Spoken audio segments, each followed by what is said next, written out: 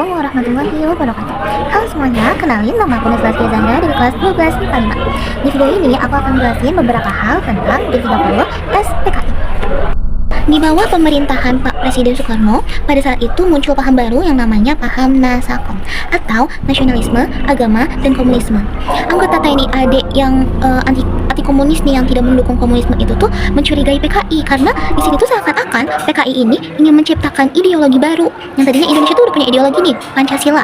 PKI ini tuh ingin mengubah ideologinya menjadi komunisme, Marxisme, dan juga Leninisme. Muncullah desas-desus bahwa ada perwira TNI AD yang ingin mengkudeta Presiden Soekarno. Situ muncullah informasi bahwa Letnan Kolonel Untung Syamsuri yang merupakan Komandan Batalion 1 Resimen Cakrabirawa atau pasukan khusus pengawal presiden membuat pasukan khusus ini yang bertujuan untuk menculik para perwira tinggi TNI AD yang sudah ada di dalam daftar Dewan Jenderal tadi. Di antaranya pertama ada Letjen Ahmad Yani, Majen Raden Suprapto, Majen MT Haryono, Majen S. Parman, Brigjen DI Panjaitan, Brigjen Sutoyo Siswomo Harjo, dan juga Jenderal A.H. Nasution.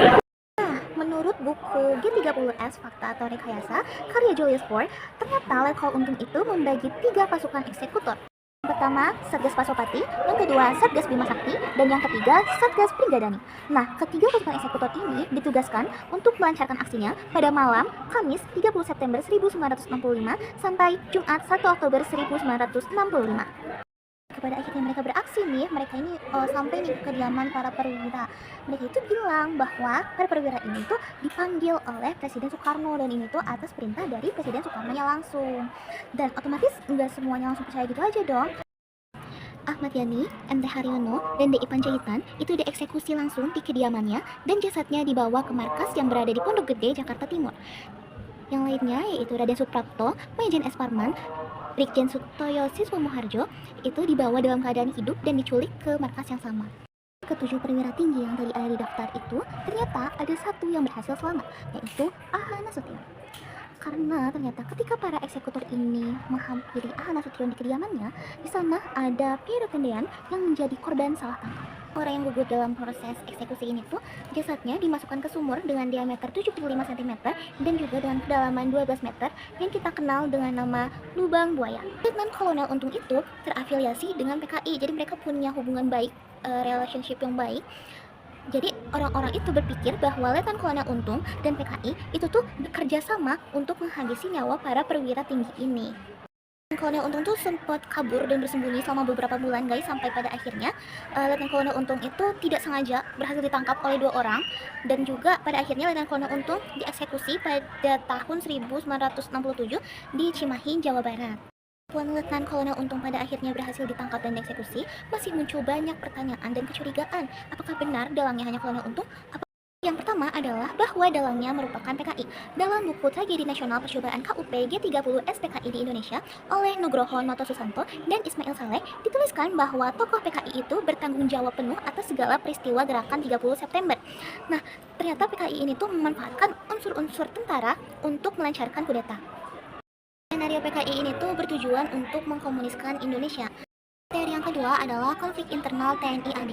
Dituliskan dalam buku A Preliminary Analysis of the October 1st, 1965 Code in Indonesia menyatakan bahwa segala rangkaian kejadian gerakan 30 September itu disebabkan karena adanya konflik internal dari TNI AD.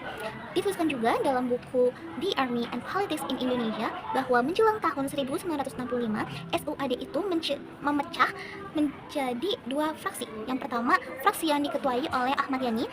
Ini tuh menentang kebijakan Soekarno tentang perealisasian persatuan Indonesia. Karena jika memang direalisasikan, PKI itu akan masuk ke dalamnya juga. Lalu fraksi yang kedua adalah fraksi yang dipimpin oleh A.H. Nasution dan juga Soeharto. Mereka mengatakan bahwa Ahmad Yani ini tuh Soekarnoisme gitu loh, kayak terlalu mendukung Soekarno.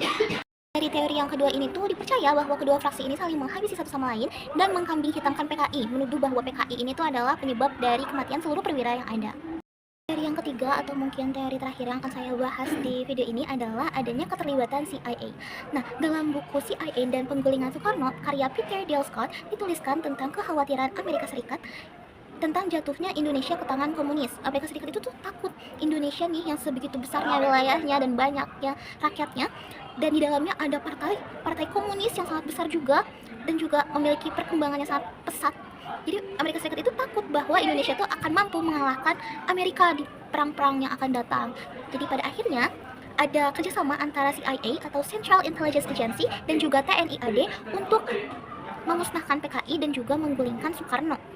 CIA dan TNI ini tuh membuat skenario-skenario panjang yang dimana di dalamnya itu tuh memiliki tujuan untuk mengkampikan PKI. Apa nih yang bakalan bikin rakyat Indonesia tuh membenci PKI dan juga Soekarno? Dan pada akhirnya muncullah teori bahwa CIA dan TNI AD adalah dalang-dalang yang menghabisi perwira-perwira G30 SPKI. Jadi sebenarnya masih ada beberapa teori lain, diantaranya yaitu keterlibatan Soekarno. Lalu teori yang selanjutnya adalah dalangnya adalah Soeharto. Lalu yang selanjutnya adalah chaos theory atau teori chaos. Mungkin segitu saja yang bisa aku jelaskan dalam video kali ini. Terima kasih untuk semua yang sudah menjelaskan. Wassalamualaikum warahmatullahi wabarakatuh. Dadah.